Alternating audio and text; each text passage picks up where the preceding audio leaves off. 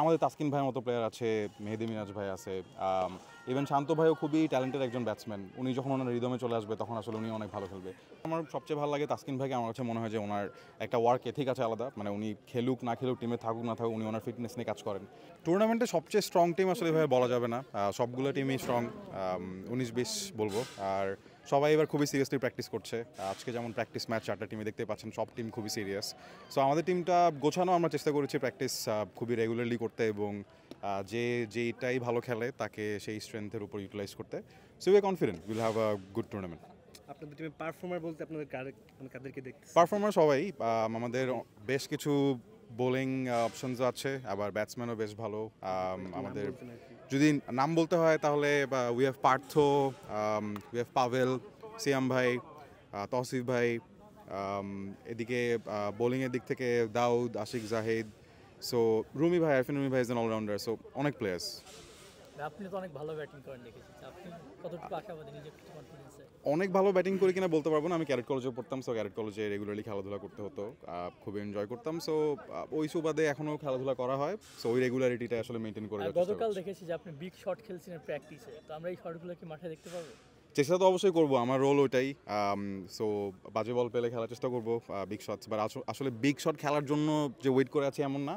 I will play according to the teams need, টিমের যখন যেটা দরকার হবে। পুরোটা বছর হয়তো এন্টারটেনমেন্ট নিয়ে থাকতে হয়, ক্রিকেট নিয়ে আসলে খুব বেশি হয়তো খেলা হয়তো দেখা হয়, কিন্তু ক্রিকেট খেলছেন গতবার আমরা দেখেছিলাম ছোট পরিসরে একটা টুর্নামেন্ট আয়োজন করে, হয়তো একটু বড় পরিসরে।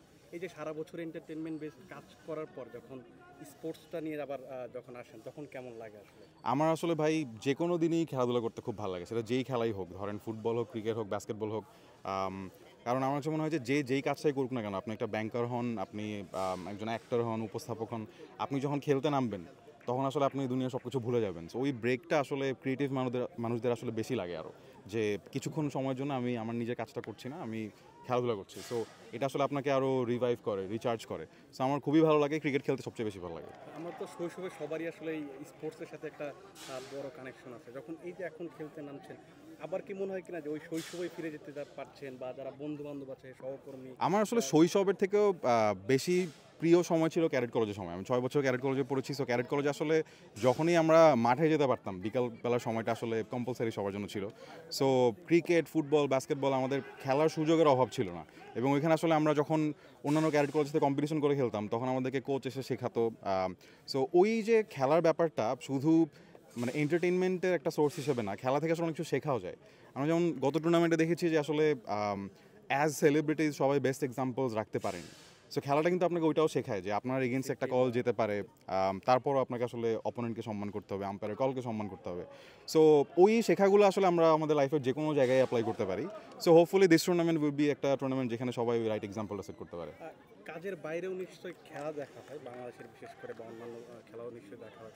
যখন খেলা দেখেন, যখন খেলা দেখার সময় যখন যেটা আমাদের সবার ক্ষেত্রে হয় যে এই শটটা এই দিক খেললে ভালো হতো, ওই দিক খেললে ভালো হতো, এখন যখন খেলতে নামেন তখন কি মনে হয় কিনা যে ব্যাপারটা আসলে ওই পরিস্থিতিতে আমরা যখন যাই তখন আসলে সেম ব্যাপারটা হয় না যেটা মাঠের বাইরে থেকে? আসলে দর্শক হিসেবে আমরা যখন খেলা দেখি আর কেউ যখন প্লেয়ার হিসেবে মাঠে নামে, দুই রকম। দর্শকরা বলতেই পারে যে আমি চাই আমাদের বাংলাদেশের ওপেনিং ব্যাটসম্যানরা আরও ভালো খেলুক, বা ওদের তো আরও ভালো খেলা উচিত, কারণ ওনাদের কাছ থেকে আমাদের এক্সপেকটেশন অনেক বেশি থাকে। হাজার হোক না আমাদের ন্যাশনাল টিম, সো আমরা চাই ওনারা ভালো খেলবে, হারুক জিতুক সবাই আসলে একটা এক্সাইটমেন্ট নিয়ে খেলা দেখতে বসে। সো দর্শকরা যখন অনেক মানে এক্সপেকটেশন নিয়ে জাজ করে একটা ব্যাটসম্যান ভালো খেলুক খারাপ খেলুক, ওইটাকে আসলে রিয়ালিটির সাথে মেলানোর কিছু নাই। ওনাদের প্রফেশনালি কাজ ওটা করা, সো ওনারা ওটা ভালো খেলবে বা ওটা ভালো করবে। আর দর্শকদের কাজ হচ্ছে খেলা দেখা, বেশি বেশি এক্সপেক্ট করা, বিকজ আমরা অনেকদিন ধরে ক্রিকেট খেলছি। সো আমাদের ন্যাশনাল টিমটা ভালো খেলবে, এটাই আমরা চাবো। We have a lot of youngsters, so definitely আমাদের টিমটা আস্তে আস্তে আবার মানে ওই জায়গাটা চলে যাবে। যে আমাদের প্রত্যাশা থাকে যে জাতীয় দলটা ভালো খেলবে, কিন্তু আপনি যদি খেয়াল করে দেখেন যে লাস্ট কয়েক বছরে আমাদের যারা সিনিয়র ক্রিকেটার ছিল তারা চলে যাওয়ার পর একটা ইয়াং জেনারেশন আসার পর ওই রিদমটা নেই বা পারফরমেন্সটা নেই। কি করা যেতে পারে, বা আপনার কোথায় মনে হয় যে ওই ঘাটতিগুলো ওইটা আসলে বোঝা বা সাজেস্ট করা আমার জায়গা না ভাই। আমিও আপনার মতো একজন দর্শক, আমি চাই যে ওনারা জিতুক, ভালো খেলুক, ওনারা 6 মারুক, আমরা যাতে চেয়ার করতে পারি। বাট আমার কাছে মনে হয় যে সবসময় সব কিছুর জন্য একটু ওয়েট করতে হয়, একটু সময় লাগে। একটা ইয়াং টিম আমাদের এখন আছে, আরও ইয়াঙ্গার টিম পাইপলাইনে আছে। আমরা মাঝে মধ্যে আপনাদের থ্রুতেই দেখি যে আমাদের আন্ডার-19 টিম অনেক ভালো খেলছে। লেটস সে আমরা জাওয়াদের মতো বেশ কিছু প্লেয়ারকে পাচ্ছি যারা খুব সুন্দর খেলেছে শ্রীলঙ্কার সাথে, রাইট? সো আবার টিমটা ওই জায়গায় যেতে কিছুটা সময় লাগবে, আমাদের জাস্ট একটু অপেক্ষা করতে হবে, ধৈর্য ধরতে হবে। আমাদের তাসকিন ভাইয়ের মতো প্লেয়ার আছে, মেহেদি মিরাজ ভাই আছে, ইভেন শান্ত ভাইও খুবই ট্যালেন্টেড একজন ব্যাটসম্যান। উনি যখন ওনার রিদমে চলে আসবে তখন আসলে উনি অনেক ভালো খেলবে। সো ভালো প্লেয়ারের অভাব নাই আসলে। আপনার সবচেয়ে পছন্দের ক্রিকেটার কি? মানে সবাই তো ভালো, মানে আমরা সবাই কি কারেন্ট টিম থেকে বলতে গেলে আমার সবচেয়ে ভালো লাগে তাসকিন ভাইকে। আমার কাছে মনে হয় যে ওনার একটা ওয়ার্ক এথিক আছে আলাদা, মানে উনি খেলুক না খেলুক, টিমে থাকুক না থাকুক, উনি ওনার ফিটনেস নিয়ে কাজ করেন। উনি কীভাবে আরও ভালো বল করতে পারেন, আরও পেসে বল করতে পারেন, কাজ করেন। আমার ওনাকে খুব ভালো লাগে। আর আমাদের টিমে আসলে বেশ কিছু ভালো ভালো মানে প্লেয়ার এখন আছে। নাহিদ রানা ভাই, উনি যতটা পেসে বল করেন, পাকিস্তানের ব্যাটসম্যান ওনাকে ফেস করতে আসলে কষ্ট হয়ে যাচ্ছে নেটসে, আমরা দেখেছি ভিডিওতে।